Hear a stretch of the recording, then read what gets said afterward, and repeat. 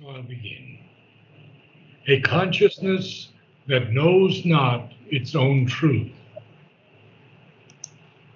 This consciousness is a fundamental thing, Sri Aurobindo says. It is so important because it is the fundamental thing in existence. It's the energy, he calls it the energy of motion, the movement of consciousness that creates the universe and all that is in it. Not only the macrocosm, but the microcosm is nothing but consciousness arranging itself. So basically, what he's saying here is that even the tiniest thing like an ant or an insect, there is some kind of instinctual consciousness in that. You look at how a spider builds a web. You look at how a bird builds a nest, and it has two entrances. It has one entrance just to go in there, but the babies are not there. The other entrance is for the babies. So it's so unique, this whole world that we live in, and it's this organization of consciousness that's so important. So now we have the next word, a vagrant hunter of misleading dawns. Well, when someone is vagrant, they wander from one place to another place, or they can move in erratic fashion without any aim or any purpose. So a vagrant hunter of misleading dawns between the being's dark and luminous ends moves here in a half-light that seems the whole. Well, you see, we are basically moving in a half-light. What we see, this world around us, seems the whole to us. But it's far from that. It's not the whole at all, because we can't see behind the veils. You see, if we can go from the body, life, and mind to the spiritual planes of higher mind, illumined, intuitive mind, we would not see the earth as we see it now. We would see a harmony that seems to us impossible now, looking at the problems we see on this earth. So he has a colon after moves here in a half-light that seems the whole. Then he says, an interregnum in reality. Now, an interregnum is a pause or an interruption in continuity. So this interruption, this interregnum in reality, what does it do? It cuts off the integral thought, the total power. And then he has a semicolon there because he's not finished yet. Because there's so much about thought. So in the Essays Divine and Human, he says, a thought is an arrow shot at the truth. It can hit a point, but not cover the whole target.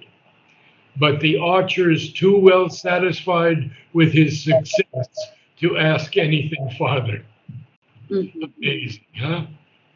So thought is not essential to existence, nor its cause, but it is an instrument for becoming. And this is so beautiful. This again is Essays in Philosophy and Yoga. He says, I'm going to read it again because this is very important for all of us. Thought is not essential to existence, nor its cause, but it is an instrument for becoming. I become what I see in myself. All that thoughts suggest to me, I can do. All that thought reveals in me, I can become. This should be man's unshakable faith in himself, because God dwells in him. Very powerful. Very powerful. Yes. So we move on now. Let's see what he says, because it circles, stands, in a vague interspace, doubtful of its beginning and its close, or runs upon a road that has no end, far from the original dusk, the final flame. And what is this final flame? Alok tells us that the final flame is the ultimate reality, the Jyoti Brahman, that is at the origin and end of all things.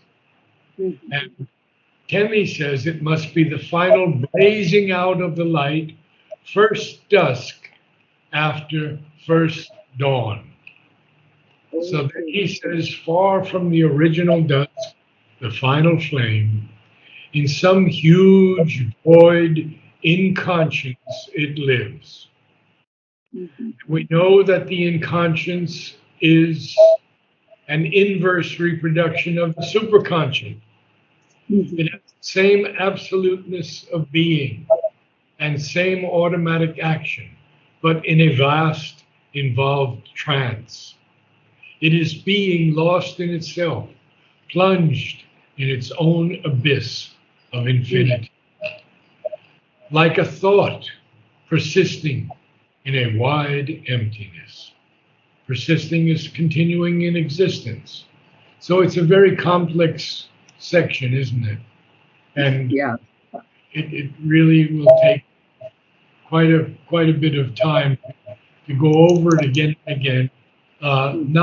Not trying to understand it with the mind, but trying to feel the power that's in it and how that power will reveal itself to you in time. So now we're going on the next page, page 56. And we're still in the book of beginnings, which is book one. We're still in the fourth canto, the secret knowledge. And we have the next lines, as if an unintelligible phrase suggested a million renderings to the mind. A rendering is an interpretation, a rendition, a representation. So we see that this mind of ours, it's very, very interesting what Sri Aurobindo says about it, because he says it can twist anything at all. It can argue every single point. It could argue 15 different points on one question. And each of those points would be valid in its own time. So now he says it lends a purport to a random world. A purport is a meaning. Yeah. Now he's going to keep telling us what's this problem with the world. And he begins by saying a conjecture leaning upon doubtful proofs. Isn't that interesting? It is a conjecture is the formation of conclusions from incomplete evidence, basically guesswork. Yep. So it's a guess that leans upon doubtful proofs. A message misunderstood. The beginning, end, beginning of the alphabet, and A to Z. So it leaves it's a conjecture. It's a conjecture that leans on doubtful proofs. It's a message that's misunderstood. It's even a thought that's confused or missing its aim. And all it can speak is a little fragment of the universal word. It leaves two giant letters, void of sense. Void means empty sense. And without sanction turns the middle sign. Without sanction, without authoritative permission or approval, we don't have any approval for our mind because it sees everything dualities. It sees good and bad, right and wrong, love and hate, full and empty. We are not able to see the whole at once. And we can only see the whole when we get into the spiritual dimensions of consciousness.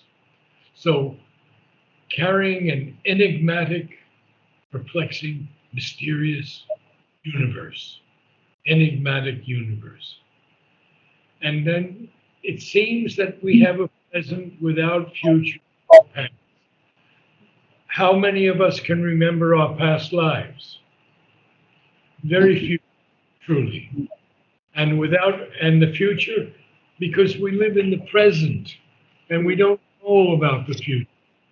We have, because we read the great sages, we read Sri Aurobindo and Mother, but we don't know ourselves.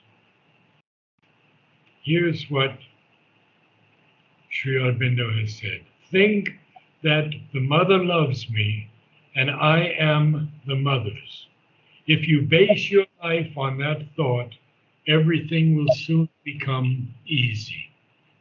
Wow. Very nice. Very true. Our Very mind, comforting. yes, very.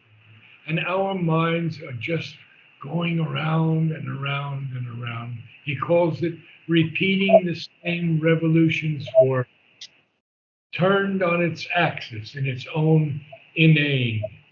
Now, the inane is something that is void of anything, empty, completely empty. And he says this important line, thus is the meaning of creation veiled. And all the sages tell us that within us, God is dwelling, the truth is dwelling. But we have put all of these veils in front of us, veils of education, veils of family, veils of environment, veils of history, veils of whatever. It can be even making food, it can be a veil. So he says then, for without context reads the cosmic page. So we don't have any context. We don't have any way of understanding the cosmic page. Its signs stare at us like an unknown script, as if appeared screened by a foreign tongue, or code of splendid signs without a key, a portion of a parable sublime. And you know that Christ always spoke in parables, because if you say the truth to many people, they won't understand it. But if you put it in the form of a parable, it very often is easier. So it's an allegorical story, and it illustrates or teaches some truth, some spiritual principle. So then we continue a little bit more. It wears to the perishable creature's eye the grandeur of a useless miracle.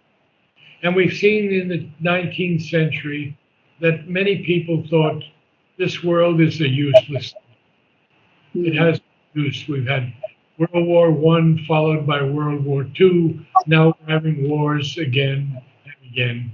And the atomic bomb did no good at all. People just built their own bombs. So India has a nuclear fission, and China has it, and Russia has it, and America has it, and other countries. Israel has it also. There's 5 countries that could blow anybody out, totally. So wasting itself, this life, that it may last a while. A river that can never find its sea. It runs through life and death on an edge of time. Wow. And that's our life. A fire in the night is its mighty actions blaze. Sri Aurobindo tells us what the night actually is. It's the symbol of the ignorance or avidya, in which we live, just as light is the symbol of truth and knowledge. So, yeah, we've covered quite a bit today, and it's very, very difficult. But I just want to end with these lines. This is our deepest need, to join once more what now is parted, opposite, and twain, remote in sovereign spheres that never meet, or fronting like far poles of night and day. And the next time we meet, he's going to tell us what we have to do to change this situation. So if you'll read from the beginning now, Sure. there's quite a lot to do. Good. Sure, Narad. I'll start reading.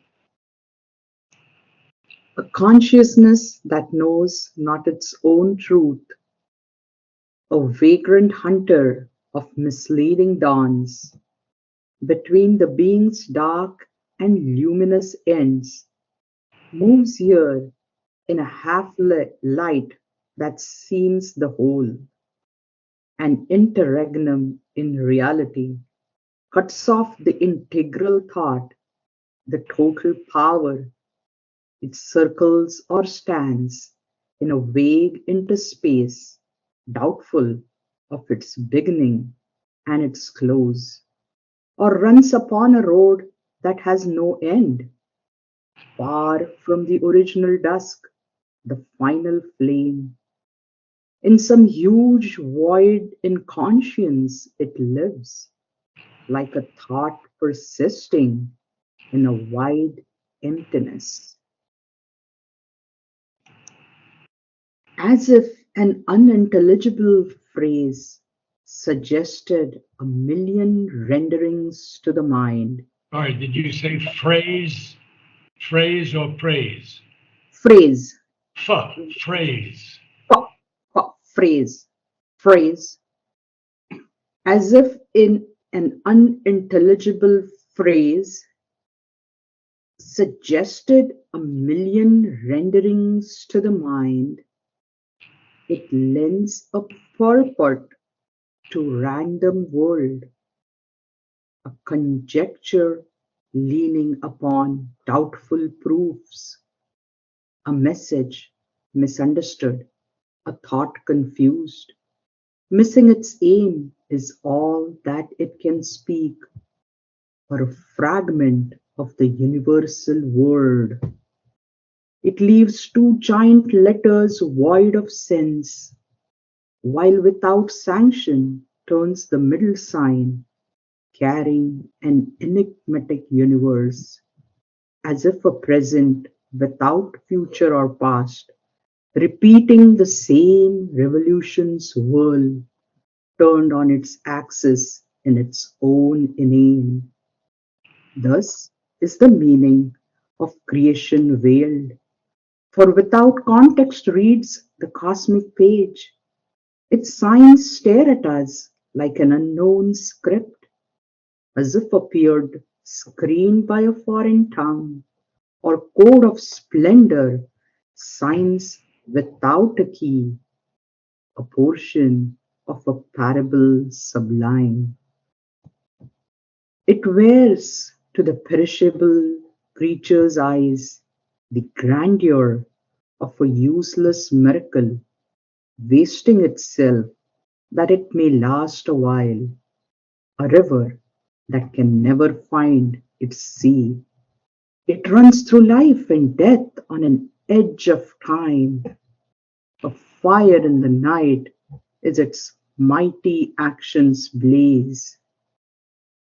This is our deepest need, to join once more what now is parted, opposite and twain, remote and sovereign sphere that never meet, or fronting like far poles of night and day.